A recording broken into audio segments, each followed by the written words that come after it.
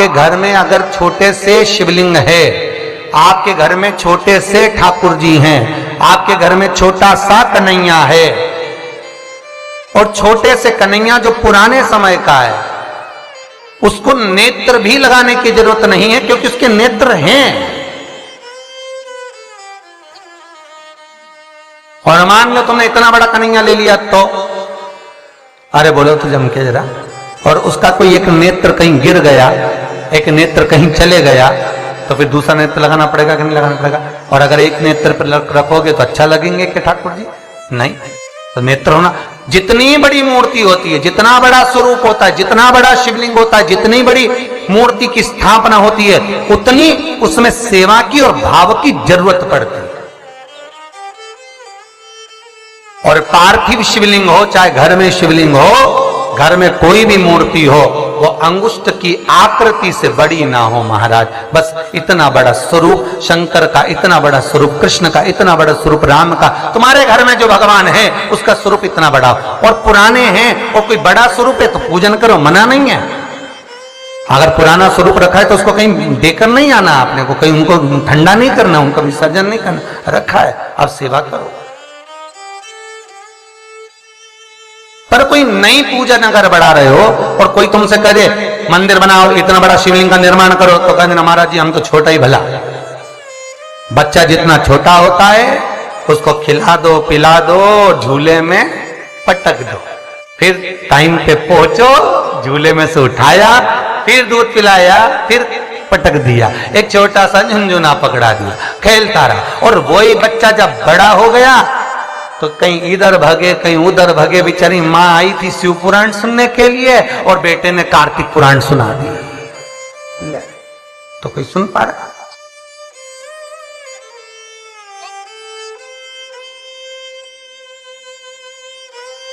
छोटा रहेगा उसकी सेवा। पार्थिव शिवलिंग का निर्माण माता पार्वती चाहती तो बहुत बड़ा शिवलिंग का निर्माण कर सकती, पर पार्थिव शिवलिंग माता पार्वती एक छोटे से पत्ते पर शिवलिंग का निर्माण करती, छोटे से पत्ते पर।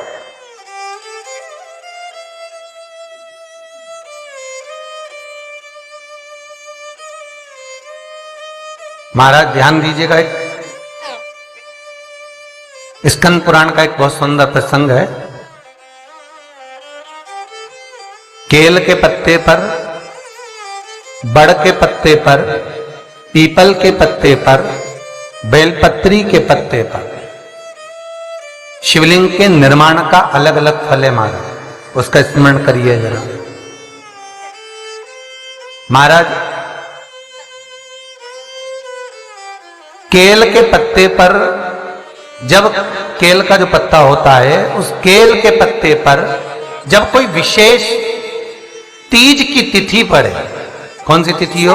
तीज हो, जैसे हरतालिका तीज हो, कोई छोटी तीज, बड़ी तीज, और यदि आप तीज के दिन केल के पत्ते पर शिवलिंग का निर्माण कर कर उसकी पूजन अर्चना करते हैं, उसका स्मरण कर कर रात होने से पहले विसर्जन करते हैं, तो नारी की अखंड सौभाग्यता रहती है। दूसरा क्रम, बड़ के पत्ते पर जो शिवलिंग का निर्माण करा जाता है वो दोपहर के समय के बाद, जो समय 4 बजे से लेकर 6 बजे तक रहता है, बड़ के पत्ते पर उस शिवलिंग का निर्माण करा जाता है, छोटे से पार्थिव शिवलिंग का। ये काय के लिए होता है? तो कहा ये रोग मुक्ति के लिए होता है। कोई व्यक्ति बहुत रोगीला है और एक रोग के साथ उसके 4-4 रोग घिर रहे हो, मान लो उसको शुगर भी है, बीपी भी है, ये भी है, वो भी है, और उसको वो चीज, मान लो कोई व्यक्ति है उसका ऑपरेशन होने जा रहा है, एक सहज भाषा में लीजिए, और उसका बीपी ऊंचा नीचा हो रहा है, उसकी शुगर ऊपर नीचे हो रही है, तो क्या करना है अपन को?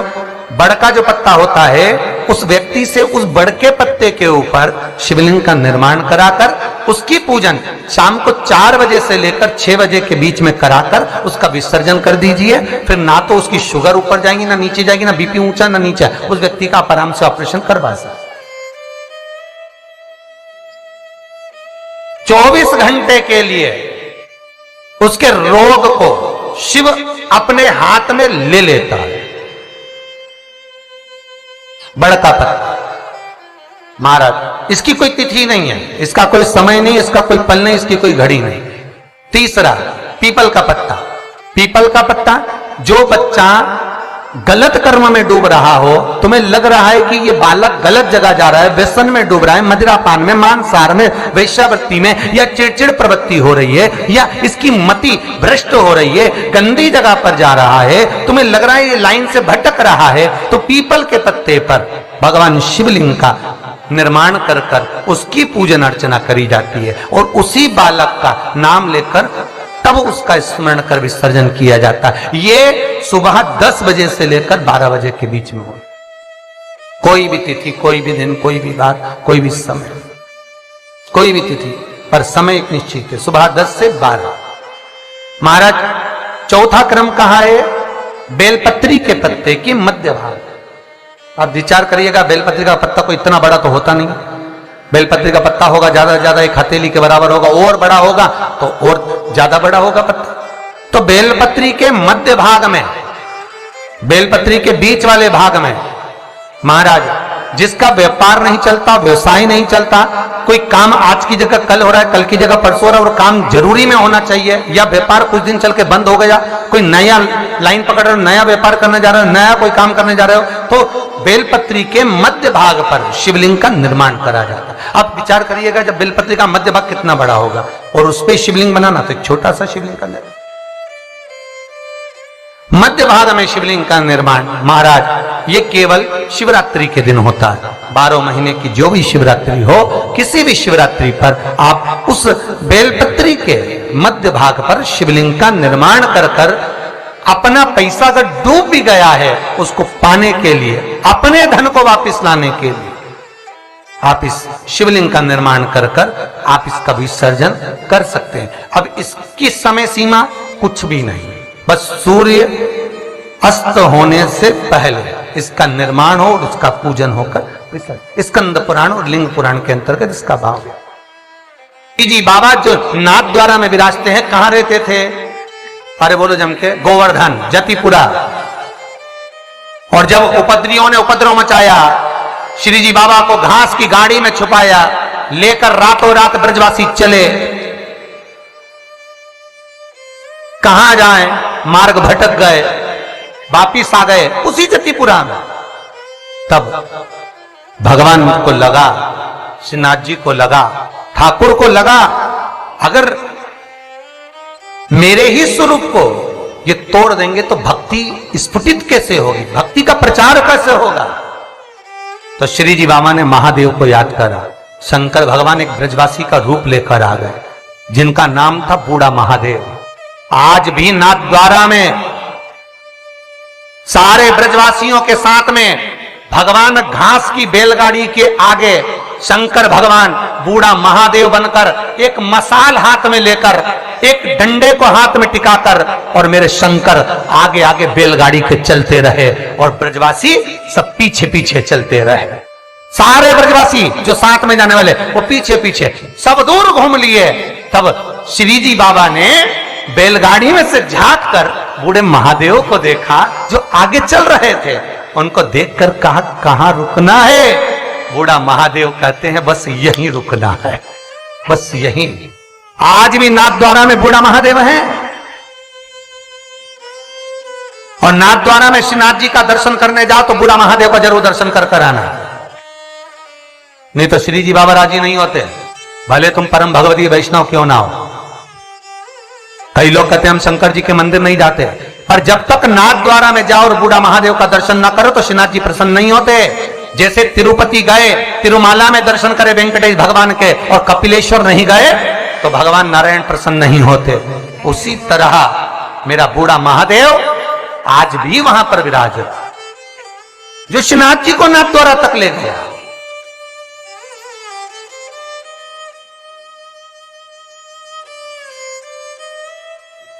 अब कई वैष्णव कहते हैं हम श्रीनाथ जी वाले, हम ठाकुर जी को, हम शंकर जी के, तो शंकर जी तो लेके नाथ द्वारा गए। बाबा स्वयं आगे मसाल जला के ले जा रहे, चलो। और अंदर से ठाकुर जी पूछ रहे हैं कहां रुकूं, तो बस यहीं, जहां बोले वहीं रुकना, क्यों चिंता करना। जब मेरे ठाकुर जी को उतना दूध पिलाई, भगवान ने बहुत प्रेम से पिया। और जब भगवान को विष देने लगी तो ठाकुर जी को जैसे ही मुख में दूध की जगह विष दिया, ठाकुर जी ने नेत्र बंद कर लिए। कई कथाकारों ने कहा भगवान नेत्र इसलिए बंद कर रहे हैं कि उसको पूतना को पहचान रहा है। तो सब भगवान को पहचानने की क्या जरूरत थी? भगवान जानते थे ये रत्नमाला है, राजा बलि के दरवाजे पे मिली थी। पर भगवान ने नेत्र क्यों बंद करा था? शिव महापुराण की कथा कहती है भगवान नेत्र बंद कर कर पूतना के स्तनों का दूध मुख में रहकर भगवान नेत्र इसलिए बंद करे थे कि शंकर जी को याद कर रहे थे कि हमने तो हमेशा अमृत पिया है, विष तुम्ही ने पिया है, ये मुझे विष पिलाने आई, जल्दी से आओ और मेरे कंठ पर बैठ जाओ। और शंकर भगवान आकर कृष्ण भगवान के कंठ पर बैठ गए और सारा विष शिव पी गए। जब शंकर भगवान विष पी गए, शंकर भगवान को चक्कर आ गए। जो चक्कर आए तो शंकर भगवान चक्कर खाकर नीचे गिर गए। ठाकुर जी ने चरण का प्रहार करा, मानसी गंगा को प्रकट करा और गंगा का जल शंकर भगवान पर छीटा तो शिव जी का नाम चकलेश्वर महादेव पड़ गया, जो आज भी मानसी गंगा के नजदीक में। आज भी गोवर्धन नाथ जी की परिक्रमा करे, ब्रज 84 कोस की परिक्रमा करे तो चकलेश्वर जाना जरूरी है। जो चकलेश्वर महादेव नहीं जाता उसे ब्रज 84 कोस की यात्रा नहीं लगती, उसे गिरिराज बाबा की परिक्रमा नहीं लगती। कई लोग कहते हैं हम तो गोवर्धन नाथ जी जाते हैं, हम तो गिरिराज जी की परिक्रमा करने जाते हैं। हाँ, हम तो गए थे गुरु जी पर, हमारा ये काम। क्यों तुम चकलेश्वर नहीं गए होगे? चकलेश्वर जाते, परिक्रमा मार्ग में पड़ता है चकलेश्वर, मानसी गंगा का। एक बार चकलेश्वर का दर्शन करते और फिर गोवर्धन नाथ जी से कहते तो बाबा सुनते, क्योंकि उनकी जल्दी सुनी।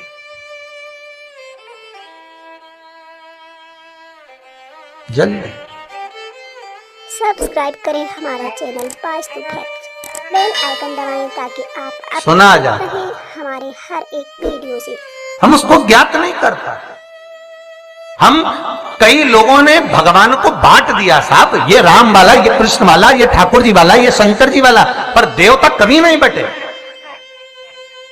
तुम्हारी बुद्धि से तुमने भगवान को बांट, क्योंकि तुम जब अपने घर को बांट देते हो, परिवार को बांट देते हो, तो फिर भगवान को बांट दिया, भगवान नहीं बांट। श्री शिवाय नमस्तुभ्यं, श्री शिवाय नमस्तुभ्यं, श्री शिवाय नमस्तुभ्यं।